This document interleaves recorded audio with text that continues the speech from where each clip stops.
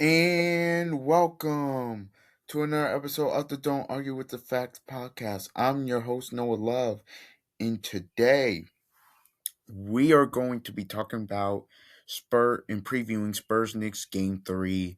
The Knicks up 2-0 going back home. If they win tonight, they'll basically win the championship because, you know, if they win tonight, they'll be up 3-0 and Spurs ain't coming back. But if the Spurs somehow win tonight, things could get very interesting with that game 4. So we'll talk about that. We'll also be talking about and starting with this Brendan Sorsby thing because I have heavy thoughts on that. When the news broke this morning, I was out on a run. I was out just working out, and when I saw it I said, whoa, I gotta talk about this today. And so we're gonna start with that because that's the hot topic. Just quick backstory. Brandon Sorsby admitted to wagering at least $90,000 across more than 9,000 bets during his college career. Yes, you heard that right.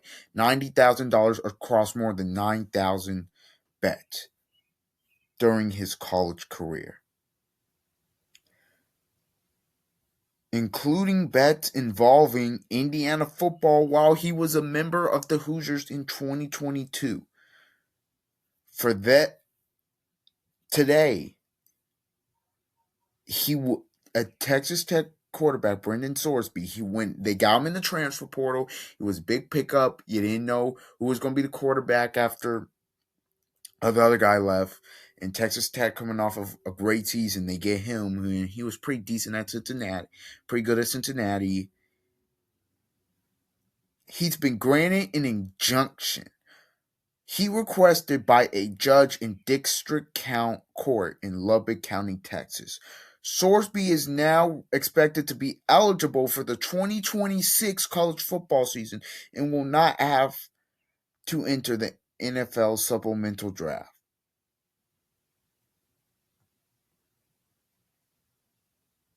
For the current outlook to be that he'll play in 2026 after serving, he only gets a 2-game suspension.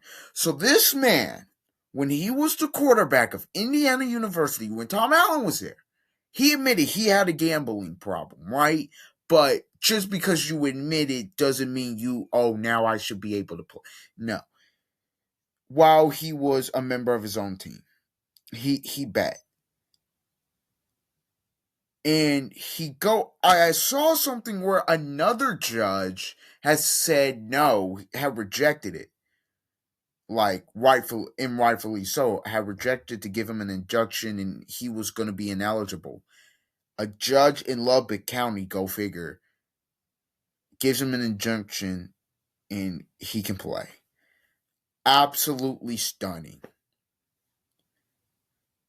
What does the NCAA have left?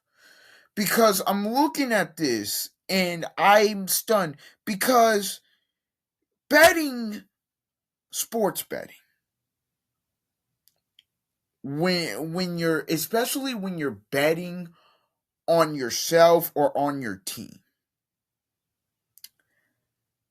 that's automatically going to be a season suspension. Now, look, because sports betting is so promoted, I've been on the side of, look, there are much worse things done. If he's betting on another team, maybe one of his friends plays on the team, and he's betting on that, hoping to make some cash, sure, he shouldn't do it. And if you want to suspend him, fine, but it shouldn't be a year. It should be about 6 games. He bet probably on himself. Literally, on himself and on his team. But he bet while he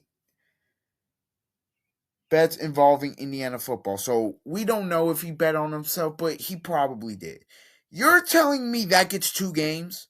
He gets 2-game suspension.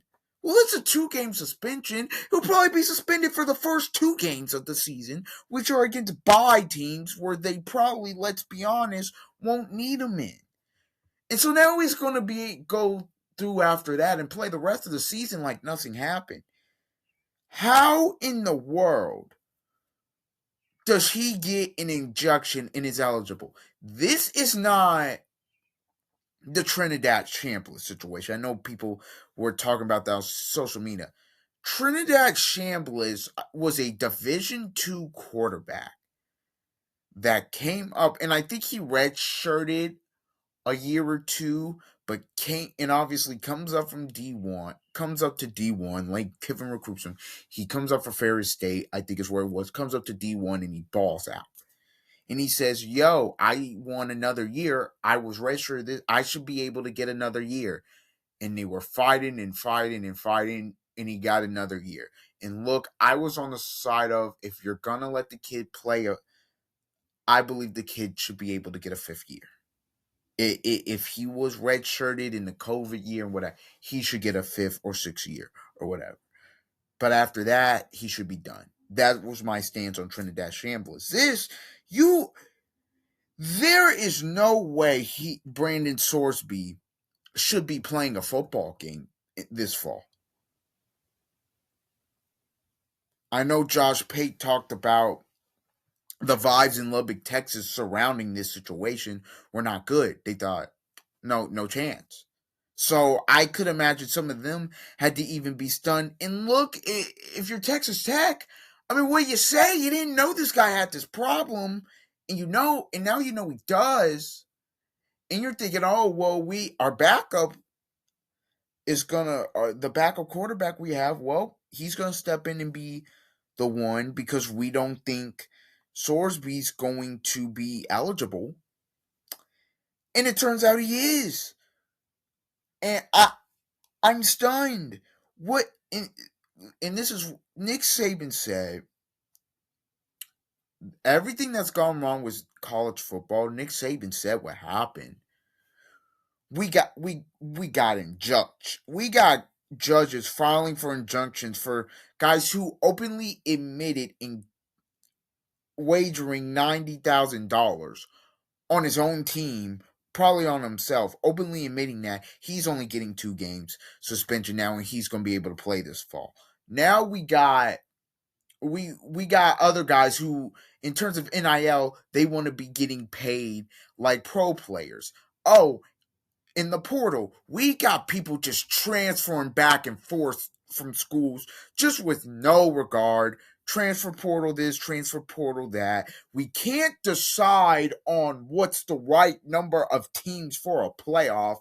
The conference the Big Ten wants 24, the ACC wants 24, the SEC wants 16 or 12.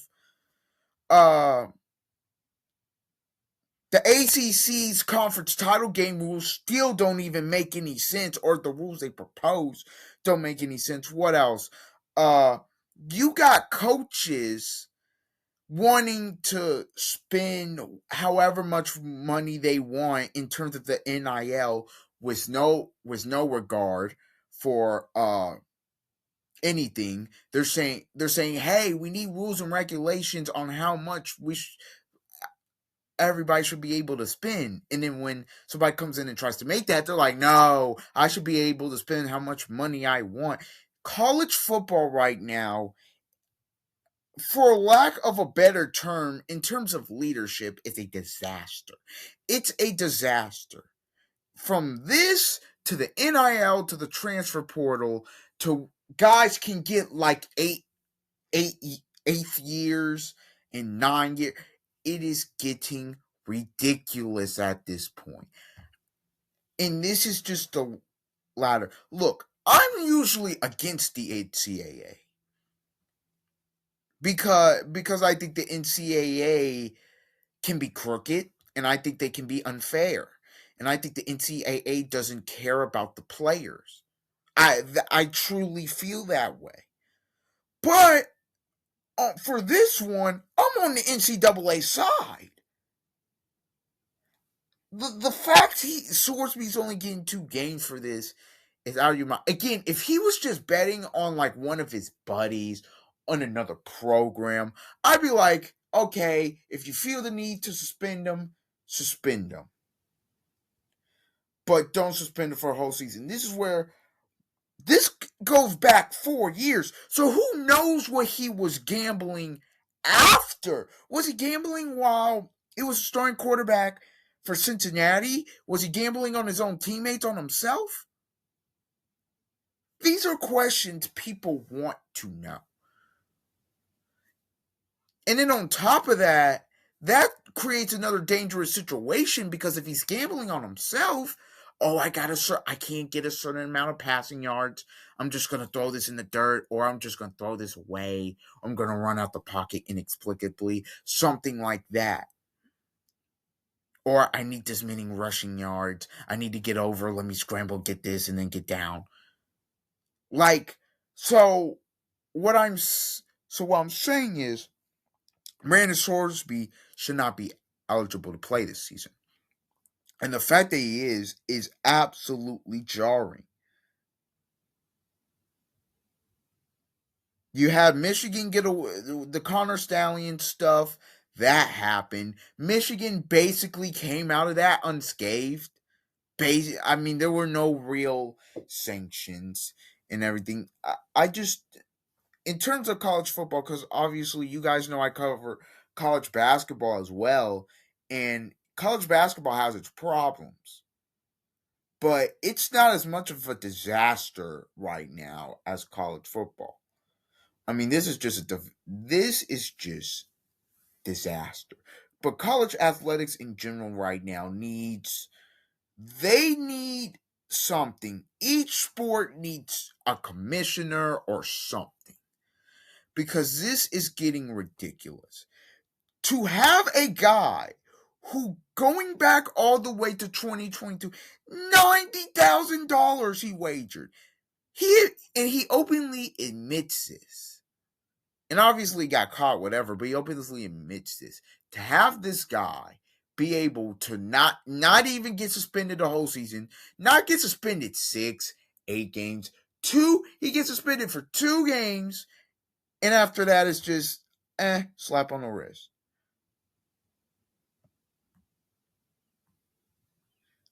Like, I don't know what's going on because I'm telling you, if this happened in the NFL, he's out for a year. Goodell might ban him from the league or something crazy like that. But 1 or 2, a year, maybe 2 years. Does he be suspended?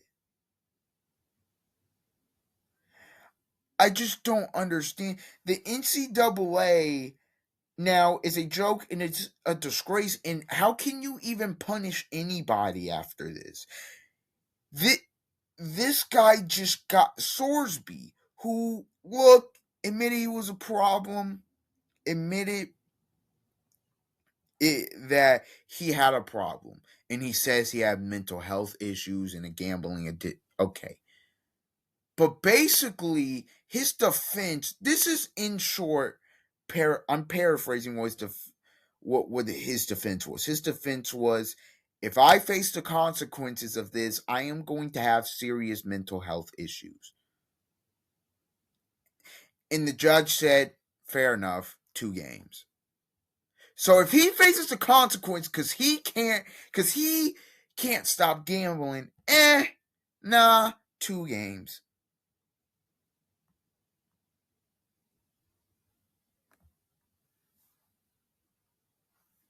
This is a statement. This is a statement from the Texas Tech booster and board chair. This unfortunate situation is the outcome of a broken system.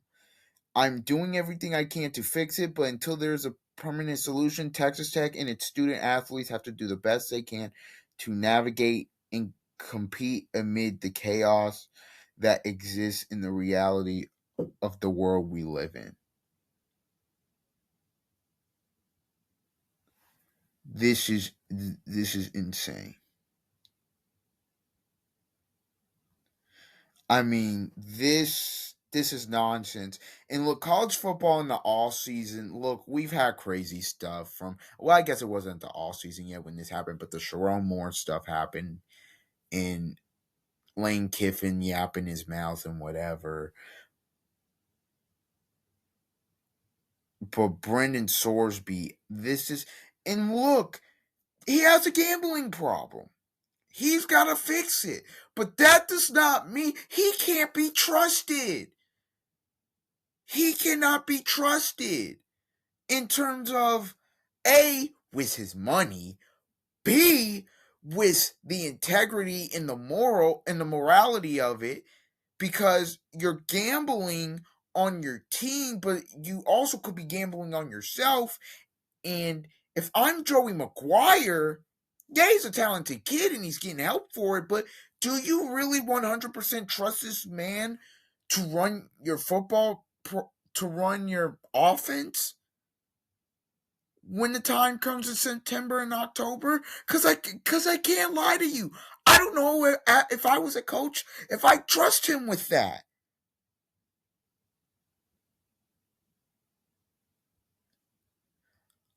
Like, I don't know. To me, yes, this is a huge problem with the NCAA. And this chaos, because this is getting out of hand. Like, okay, we've talked about the playoff discuss, and that's not really the NCAA. But I've said, look, the NCAA does the Division 2, Division 3. They do March Madness. Why won't they just come in and let's get everybody to agree on a set number of teams, right playoff format, and let's go. Have them sponsor it and let's go.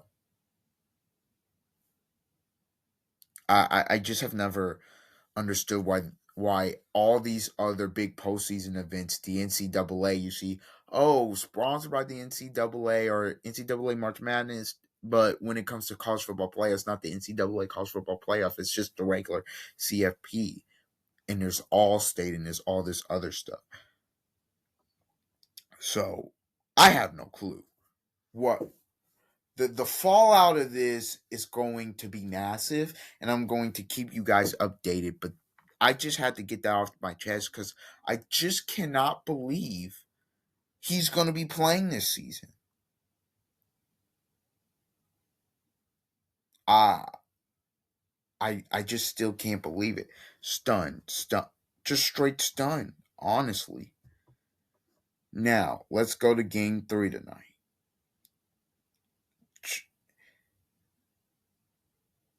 Jalen, the Knicks are up 2-0 on the Spurs. The Spurs are going to try to win Game 3 tonight and keep their season alive. To me, this is a must win game for both. I say must win for both because obviously Spurs, you don't want to go down 0-3. You know the numbers when it comes to that statistic. But I say it's a must win for the Knicks because if you lose this game, and yes, you're still up 2-1, but Game 4, now all the pressure is on you. Because if you drop two at home, now Spurs have all the momentum and the series is going back to San Antonio. Now, if you split it, you're up 3-1. You got three chances to close them. I would say the two games being potentially at home for the Spurs would not be ideal. But yeah, you can't let San Antonio just come in there and get two. If you're the Knicks. If you're the Knicks, you prefer to finish this off in 4. How do I think the Spurs will get a game? Ah, they're young, but I feel like from a talent perspective, this being a sweep, I just man, I don't know. I really felt like Game 1. I felt like even though the Spurs and Knicks didn't play, like the Spurs and Knicks didn't play well. To me, that was the Spurs game to win. They're up 14 in the third. Knicks shot not falling. Wemby goes to the bench, and then you saw what happened. But I felt like that was the game for them where if they extended that lead, that's the game they should have won. And then Game 2, yes, they go on that late run to come back. The turnover by Wembenyama. I mean, feels like he's having his 2007 LeBron moment. That's just what it feels like from watching. But there are two major issues for the Spurs. One, the Knicks are just on fire in terms of their shot making. in in t- two well two major well three major issues. Two, Cat from an offensive perspective against Wimby has just been kicking his butt. In three, I they don't have the shooting, and your sixth man of the year has been virtually unplayable. I mean, through two games, I think Dylan Harper's been their best overall player, and I just think that can't happen. Wimbinya, if the Spurs want to win game three, Wimbinyama needs to dominate. Now, I will say this: did do did the Spurs find something in game three? And what I mean by that is, did Wimbinyama find? He kind of was able to, even though he missed that last shot and he had that turnover, he played better in the second half. He was getting to his spots. He was making some very tough shots. He was getting in the lane. Did he kind of snap out of that shell shock he was in and look back and gets the wall? Because look, San Antonio's never been in this position in terms of even this season being down 0-2. I mean, the most back against the wall situation, yeah, they were down 3-2 to the Thunder, but to be down like this, and it's not like they're down 0-2 going home. They're down 0-2 going on the road. So yeah, the Knicks, Brunson has not shot it well, and they're up 2-0. So I think the Spurs have done a pretty good job on him. Look, I'm telling you, the key to the game is Karl Anthony Towns. He will always be the key. If Cat does not play well in this game, I don't know if they win. I mean, the reason they've won the first two games is because Cat has been incredible. And Mikal was incredible in game two as well. So the role players, because they're at home, you expect them to shoot better. We'll see, man. I mean, look, the Spurs defensively, they're gonna want to have to play more physical. They're gonna have to really get up into Brunson, and they gotta stop switching on Champagne on Brunson. That's just not gonna work. So Mitch Johnson is going to have to make some adjustment tonight. I'm rolling with the I'm rolling with the Spurs. I think the Spurs. I just think partially Spurs, like, they're too talented to get swept. Like, they should be like, they can get a game in this series. And I think they will. I think they win game three. I don't think the Knicks sweep. I think they win game three. And I think things get interesting for them. I think the Spurs, Wimby has a great performance and they find a way to win game three. And it's 2-1 with the next game, I believe, being on Wednesday night. All right, everybody. This has been an episode of the Don't Argue with the Facts podcast. Please like, comment, share, and subscribe. And until the next time, I will see you.